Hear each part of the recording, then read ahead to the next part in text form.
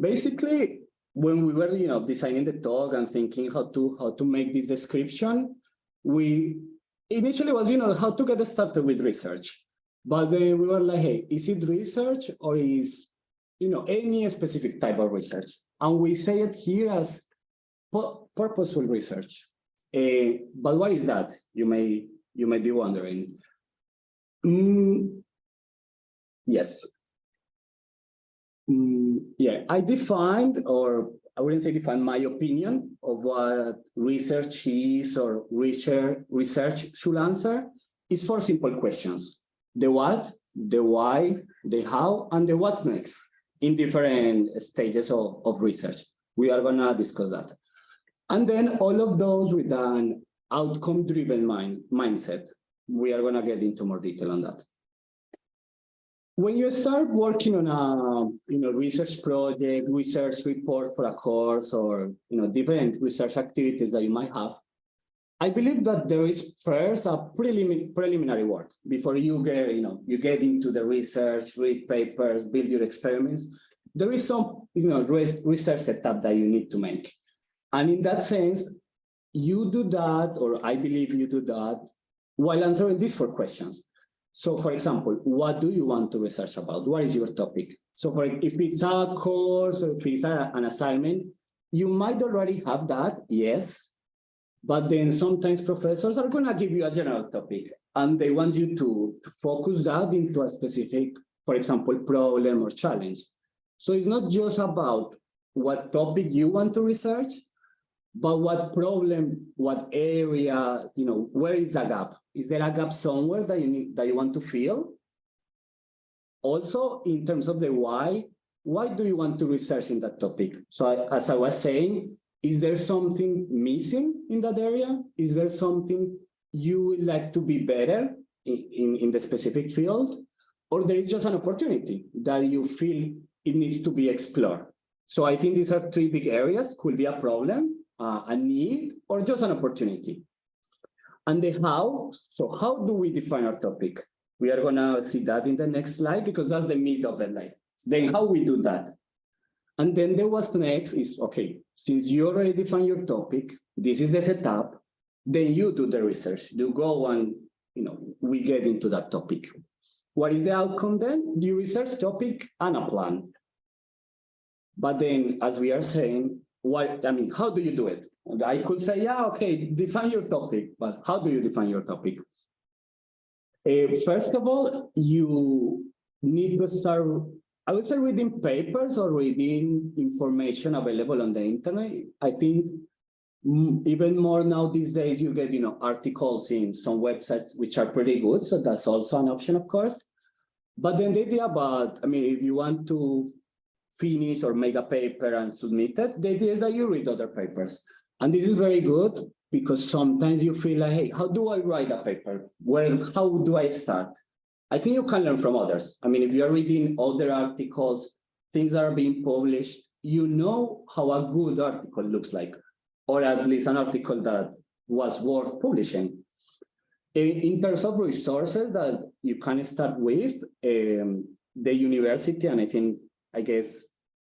the university offer access to these databases, for example, ACM, IEEE, Elsevier, where you can just, get into there and start, searching about the topics you want to get information, to get inspired.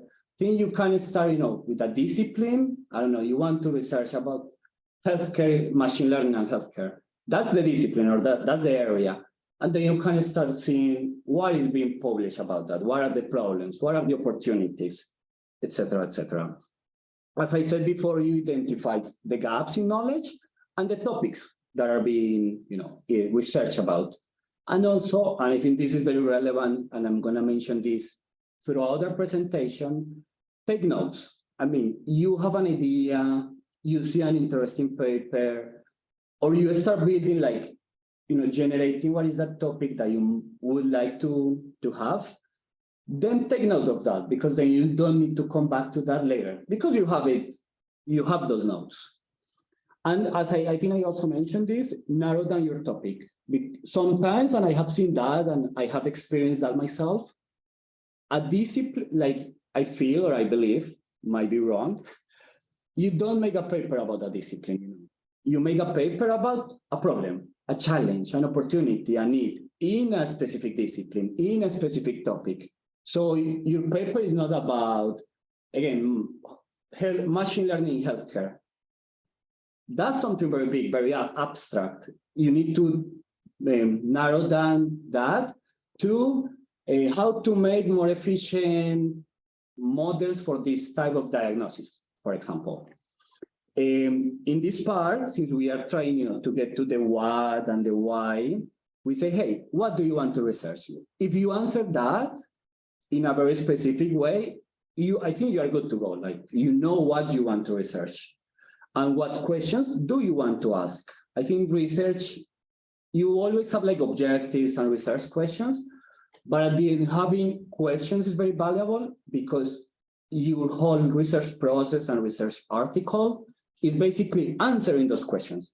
Because sometimes when we have objectives, I think it's very relative whether or not you are those objectives. But then when you have a question, I think it's very clear if your experiments, your results, your discussions are answering those questions. I mean, you are reading it yourself, you are doing it. You are like, hey, this experiment might be very interesting, might give amazing results. But if you compare it to your question, you might be like, no, it's not answering this, it's answering other things. And then you might be like, okay, so I changed my question and I send my paper that way. But then you make sure and you make clear, what are you answering? What is your paper about? And again, why do you want to research that? What is your motivation? Sometimes, and I have read a lot of papers for these projects, you read a paper which is pretty interesting and you're like, but why, why are you doing this? But I think in this type of projects, the motivation needs to be pretty clear. Sometimes it's optimization, sometimes it's filling in gaps, can be a lot of options. Sometimes can be more inspirational, to help people in some specific area, to improve businesses, processes, for example, but that motivation needs to be there. And, define objectives, I think that's kind of clear. And also plan the practical aspects of your research. Again, for example, if it's a project that you have for some of your courses, you need to think at the beginning, what are you going to need for your experiments? Because you might have amazing questions like, oh, I'm going to use this data to solve this big problem. But then when you plan your experiment, you might be like, hey, but I don't have access to this data. Or it will require me, I don't know, 1 year, 5 months to get access to this data. So then what? Then you need to either reformulate your questions or reformulate your timeline. Because then if you don't take this into account, you have amazing questions, you have amazing planning, you start reading papers. When you get to the experiments, you are stuck, and what do you do about it? Again, in terms of those experiments, you might need participants. You might want to do something, to analyze the behavior of students, and you need the students. You need the students from a course to run those experiments, or you need some equipment or some data. So it's important to have like these things considered. So that will be that setup. So you, at this point, you answer these questions. What are you researching? Why are you researching that? The how is kind of explained here. And you know what's next. You are going to start with your research. And I want to make something very clear in here. While you do that, while you do this, take notes of every part that you are doing. Because then writing a paper is not repeating yourself. It's just going to those notes and saying, oh yeah, these were my initial questions, and then I changed to these ones. But hey, maybe this other question is still interesting. But then you're not trying to remember like, oh, what was the question? Or which were the papers that inspired that question? So you don't need to come back to that because you have all of that, just like a journal or some notes that you have for yourself. So that's really helpful. But then when you go to the research development itself, where you are researching and writing your paper, your book chapter, your thesis maybe. Then we also have these questions like of purposeful research, which is, hey, what is your research about? Why your research exists? You know, this connects clearly to why you want to research that topic that we saw like in the previous slide. But I think in some sense, when you get your experiments and your results, you need to show people or to be very clear about why you decided to make this paper and this research and submit it and publish it. You know, initially is why this topic, but now it's like why research exists. Why should people care about it? Did you solve that gap? Did you take advantage of that opportunity? You know, initially it's like, okay, why it exists? Because there is a gap. And why do your paper exist? Because you fill that gap. So there should be a connection in there. If at the end of the day, your experiments, for example, are not successful, you are not able to prove your hypothesis or to do what you wanted, then the why is still relevant because you say, hey, this is a proof that this was not the way to go. So other researchers in the future can say, hey, so let's follow other path, because then if we follow the same, we might fail also, or we just need to change some variable or some experiments. So I also feel the concept of failing in research is subjective, because you might fail to answer your initial questions, but then you might be like, hey, this answers my question in some way. It's a negative answer, maybe, but then it's how you put it out there and what explanation you give about it. Hey, this exists to show researchers and practitioners that this is not the way to go, or that this was not a successful approach. How to write a paper, we are going to see that how to, or that part in the next slide. And then there was next in this part of the development, or in the research development, is, hey, what's next in your research field? I think I have seen that in a lot of papers, and is that you make a very interesting research, but then you make your conclusions are like that you achieve something, which is pretty interesting, but then, yeah, what's next? You know, how do people use your research to do something, to achieve something, to write their own papers, to build the software, or to help people? So it's also very, I feel it's very relevant that at the end of your paper and your research, you say, hey, this is what we achieved, and this is how this can be used for the future.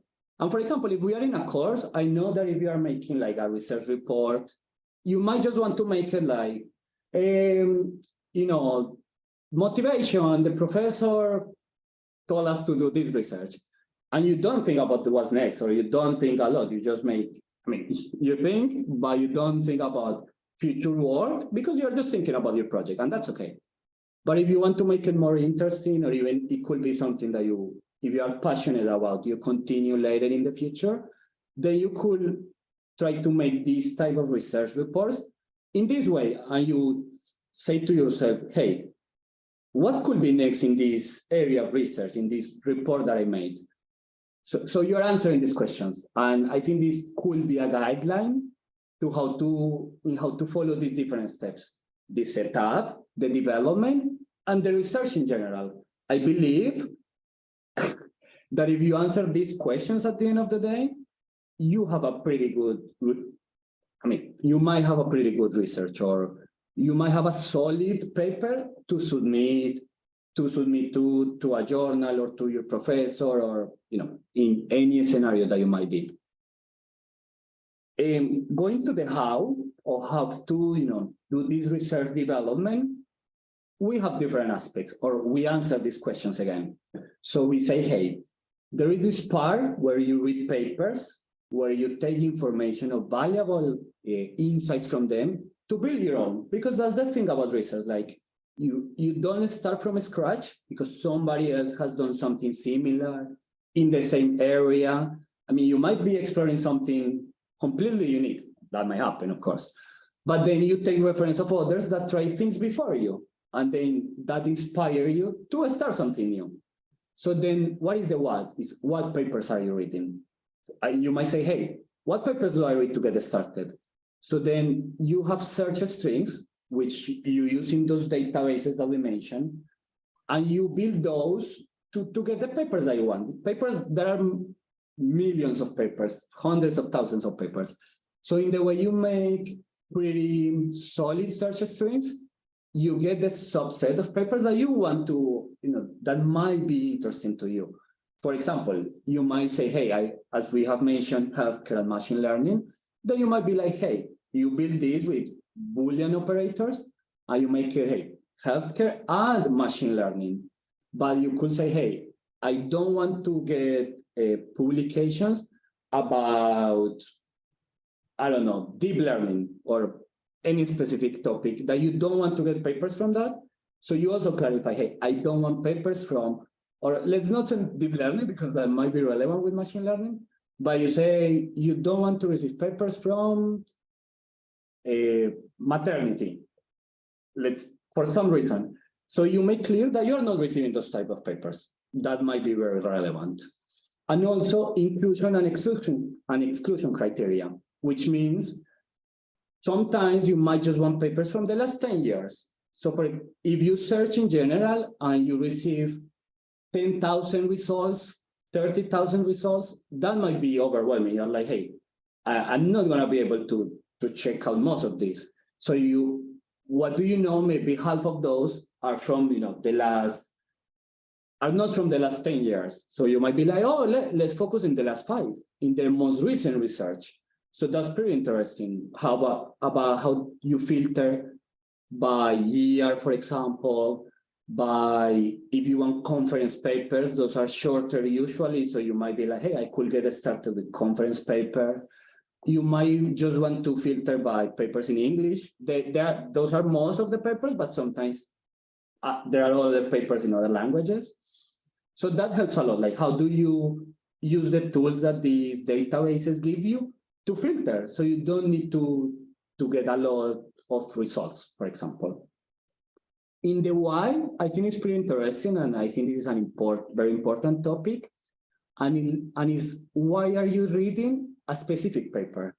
I think this is very relevant because sometimes you read a paper, you are like, this is very interesting, but you're like, at the end of the day, you read it, but you didn't know what to do with it. You were like, okay, this is interesting, but why was I reading this paper, right? So I think it's pretty important that you say, hey, I'm gonna read today, for example, a set of papers to get ideas for my research, for example, or to get references for my review, for a literature review or related work.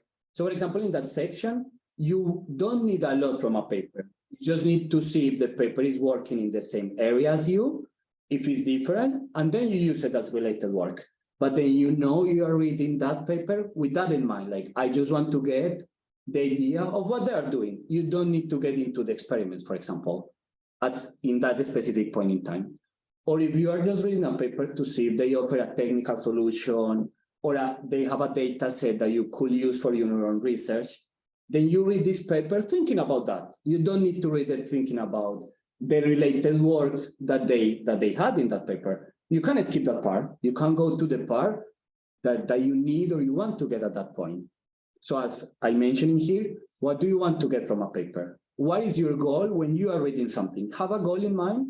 A paper could be 30 pages. And if your goal is to get everything from it, the most important ideas, you might need to read it fully, yes. But if you want something very specific, you don't need to read 30 pages to get what you want from there. So I think that's very relevant.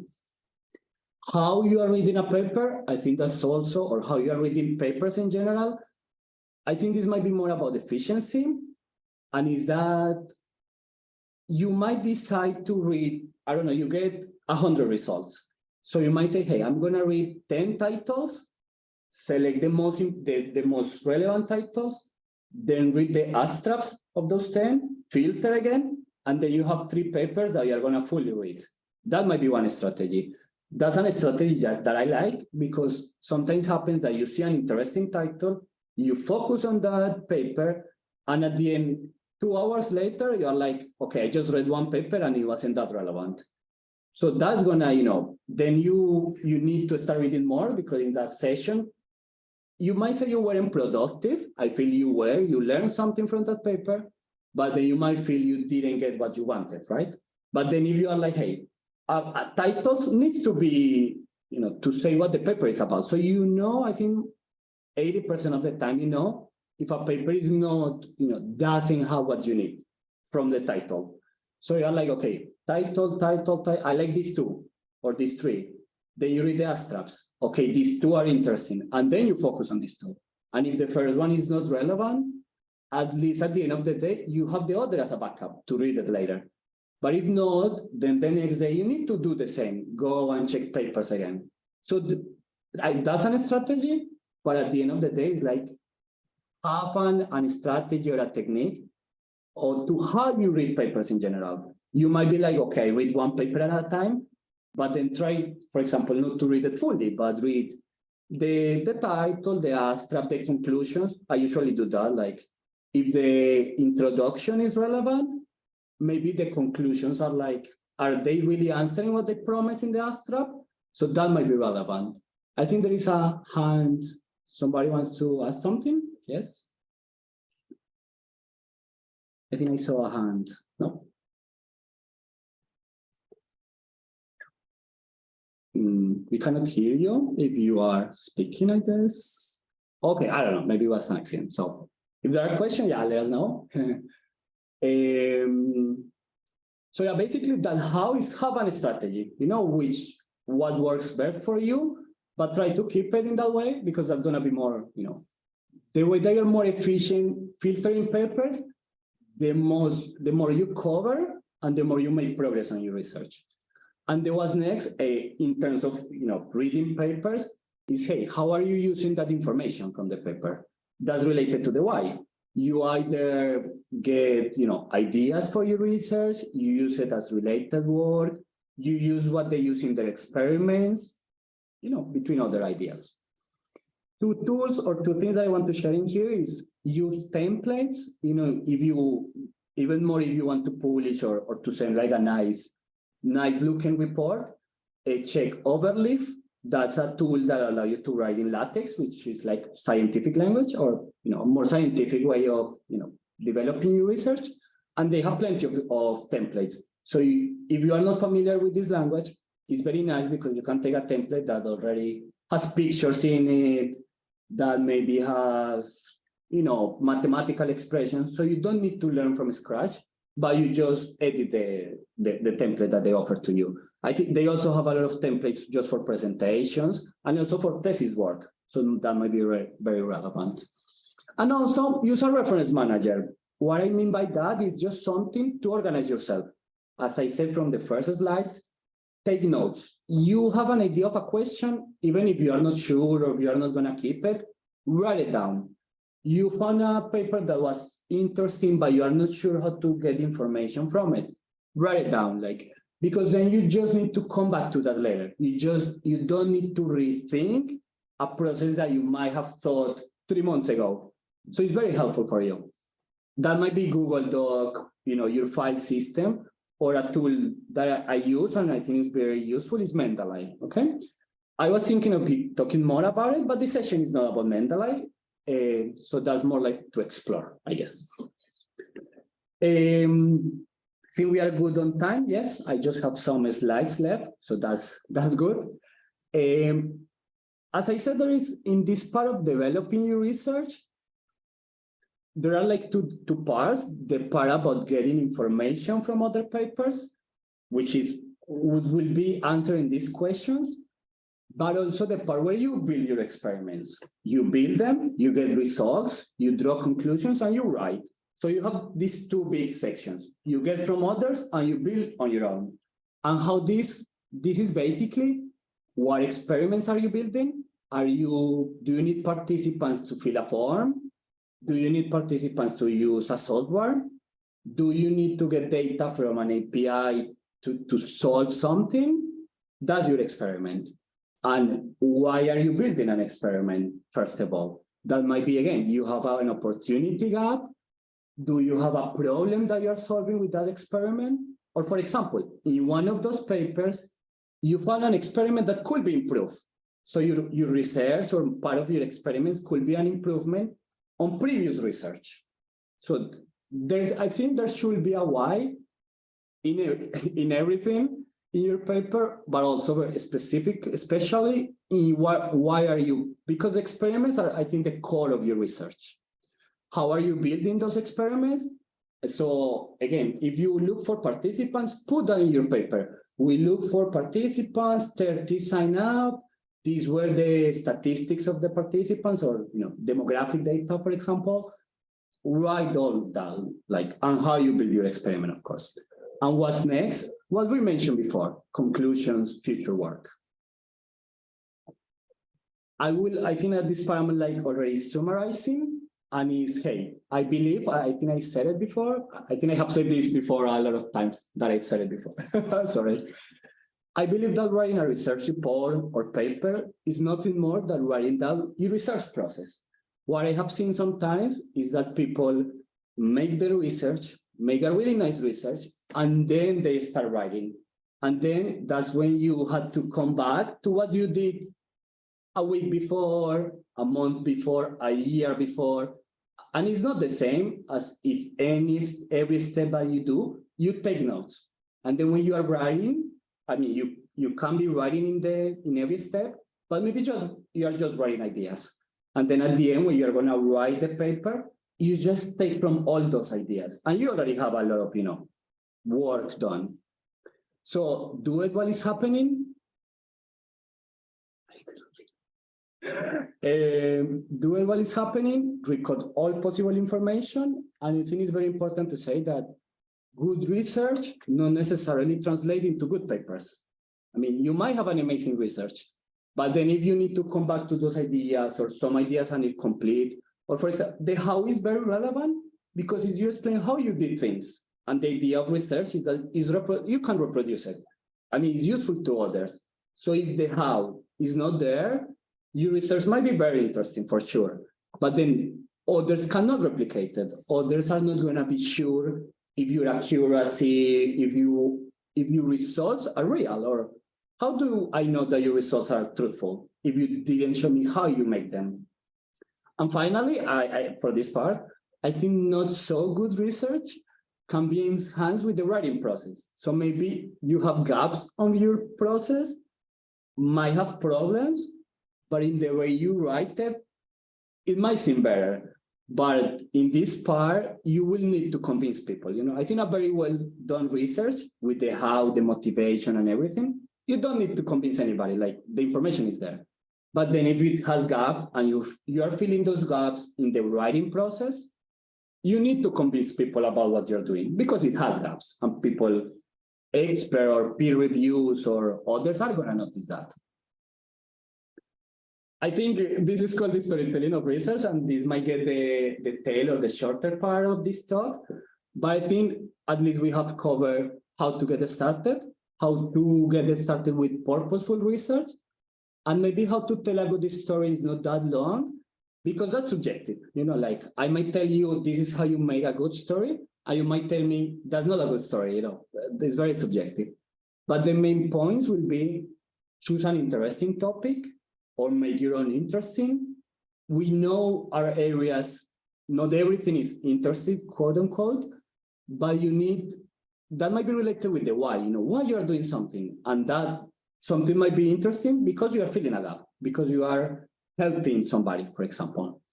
Write an engaging report in the sense that when you have questions and throughout your research, you are trying to answer them, you engage people, because people are like, okay, if I care about this question, I care about the answer. But if you in the middle lose the focus or stop talking about the questions, people are like, okay, I got here because of the questions, but then this paper or this research is not answering those questions, so I'm just gonna leave for another paper, right? And don't forget to have a strong beginning, a consistent middle, and a robust ending, because then it's just like any story, sometimes the middle might not be that interesting, but then you keep people in there and then boom, it's a powerful ending. What is the ending? Your results, your conclusions, your future work. I'm gonna skip this one. And again, why should people care about it? What are you offering to them, to the people that is reading your research? I think this is also like to like be finishing with this, and is abstracts are to papers what trailers are to movies. And it's like, you might have an amazing research, yes. You might have written an amazing report, yes. But if you don't convince people with your, at least, for publishing and this type of scenarios, if you don't convince people with your title and abstract, they are not gonna read more. I mean, there are thousands of papers out there. You need to convince people right away. So it's like when you watch a trailer of a movie and you are like, this is interesting, you might read it. But then if you dislike it or you are like, I didn't understand this trailer or abstract, you are not gonna read more. But again, also as movies, if something is very famous and your research gets, a lot of citations or reviews, people are gonna notice that. But write up a good abstract. And I think a tip is that you don't write this at the beginning. You write it at the end, because you have the content. You just need to summarize it and have those punchlines. Have a very good abstract. The summary then will be how to do purposeful research. Answer in general, at the end of the day, answer the what, the why, the how, and the what's next.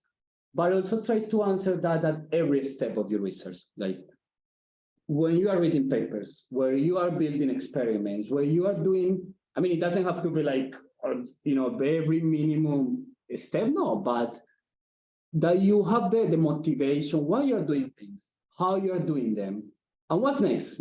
I think research is also about that. What's next in research, and what's next in your research process. How to get started. You explore databases, scientific journals, papers from others. You get inspired by others. You make a plan. You use templates in terms of writing. That facilitates a lot. And then, again, being organized might be subjective, but use a reference manager. Take notes of every step, as we mentioned. And how to tell a good story. A great story is one that people care about. I mean, if you make people care about your research, it might have flaws.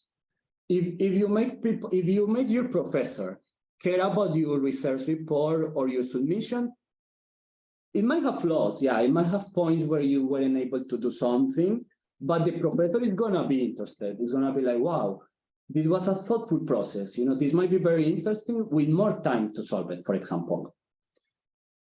And yeah, I think that will be all for the talk.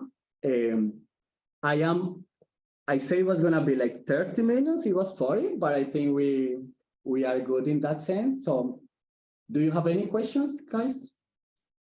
Yeah, for now, that will be like I promised 15 minutes Q&A, it could be 5.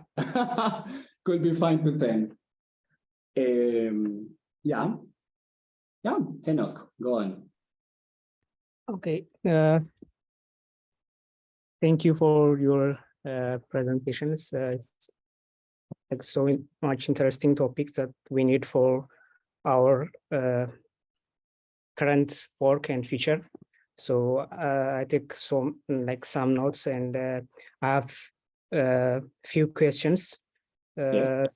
So the first one is sometimes like when we read paper, it's like we feel like intimidated by like the complexity of the content of the research, like probably the mathematics part and the others complex formulas. So so maybe if you read the paper and if you don't understand that one, and then try to understand and like make an effort on that only one paper, and took time, take time, and like we'll feel that we don't get any productivity from that paper. So maybe is there any technique that we can achieve?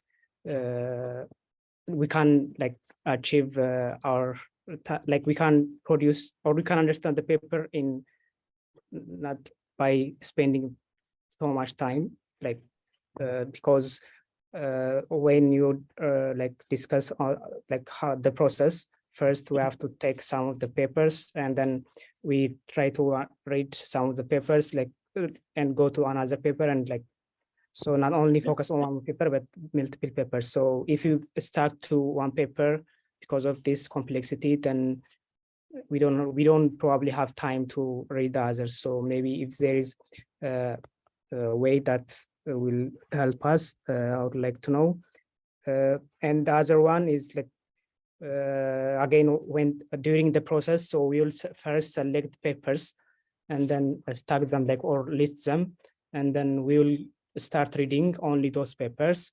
Yes. From I understand. So what is like, how do you know that you have limited or this type of numbers, number of paper that now I'm not going to search paper, but I will start reading. Like, for example, if I pick a topic and then I get, I have to decide only 10 papers or 100 papers. Like, how do you know that these papers are enough for you to start the research, I mean, the reading part, instead of spending time on searching another papers? This is the second. I think I should list all questions, right? Maybe. No, I think it's okay. I think the first one, thank you for the questions. I think what you said, like about the complexity of some papers and you might get stuck in one paper, I relate that to why you are reading that paper. Because I have seen that, for example, if from that paper you want to get ideas for you to, you want to get a machine learning idea model to apply on your own, right? The paper might explain the mathematics of it, yes. But my question is, or you should ask yourself at that point, do I need the mathematics to understand? I mean, you might need it to understand fully the capability of the model, yes. But if at first you're looking for ideas, you shouldn't it's intimidating, yes, but you should be like, okay, I'm going to look at that math later because now I'm looking for ideas, right? Then at the point that you're like, okay, I'm going to build this model or I'm going to replicate this model, you might need to come back to that paper and then read it in more detail. But also, how do you approach that hard mathematics? You could use the information in that paper and look for papers that explain that mathematics in an easier way, or the paper that is focused on mathematics, right? Because the problem sometimes is that you have a 30 pages paper and 5 of them are focusing the mathematics. So it's very condensed, right? You are like, oh yeah, this expression and this expression. But perhaps somebody in other paper, or like in a mathematical paper, for example, was focused on explaining the process of that formula. And therefore, he explained it in a better way, or in a larger way, more comprehensive, for example. So that might be very helpful. Or also, check the databases. They have a lot of journals and conferences which are dedicated to introduce topic to new practitioners or to people that doesn't know about it. So they have, for example, tutorials.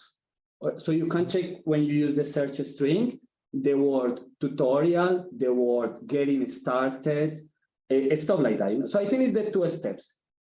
While you're reading the paper, it might be intimidating, but then you're like, hey, do I need to understand the math right now? Perhaps you don't, and perhaps you won't need it later because there are a lot of interfaces or easy ways to use these tools. So it's cool if you understand the mathematics, yes. But how many things do we do now with machine learning, regressions, and a lot of things, and we don't always understand fully the mathematics, but we understand what the model needs, how the model works in general, and what is the output, right? So I will combine those 2 things, what you want to get from a paper, and also get the keywords from that paper and search papers that help you with that explanation, right? If they don't have it in the paper. So I don't know, am I answering the first one? Yeah, good. And I forgot the second one. The second one is like, when do you decide that you have enough paper to read? Okay. The quantity of papers, right? Yeah.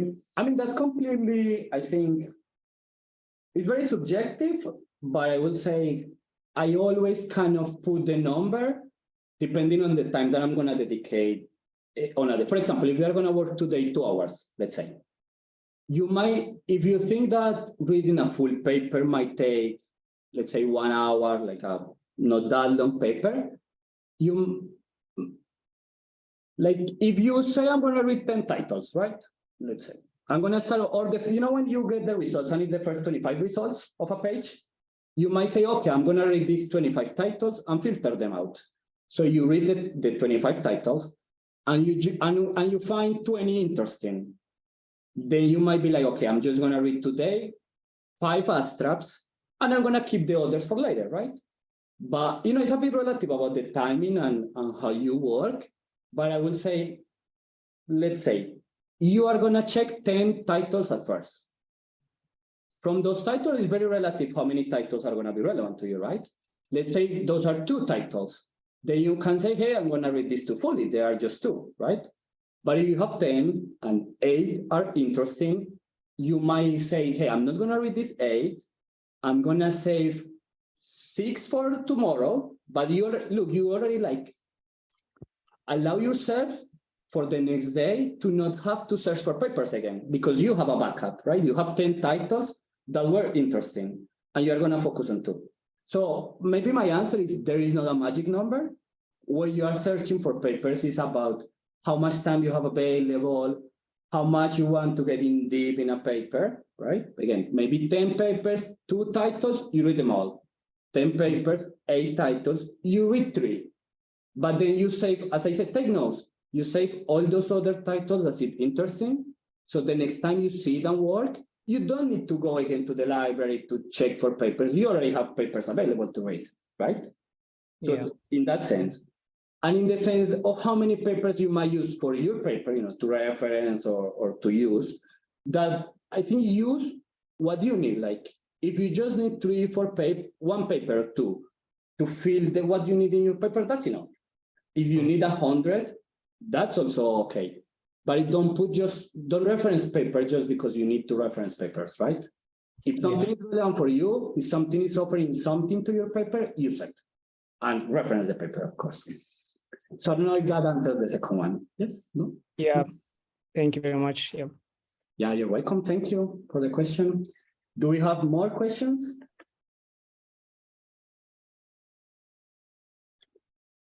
Yes? No? Recording.